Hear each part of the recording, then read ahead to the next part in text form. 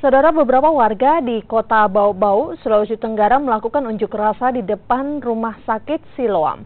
Mereka menuntut tanggung jawab Rumah Sakit Siloam atas meninggalnya seorang warga yang diduga akibat ditelantarkan pihak rumah sakit.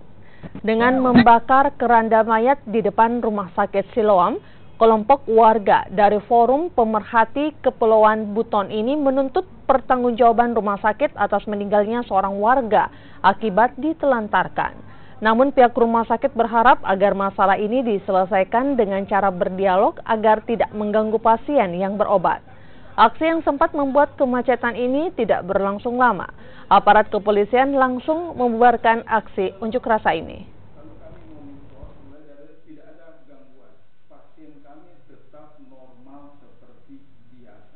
Terkait aksi demo, pelayanan tetap dilakukan. Tetap dilakukan. Di bawah kalau Anda mau lihat ya tetap jalan seperti biasa. Ya, pelayanan itu tetap jalan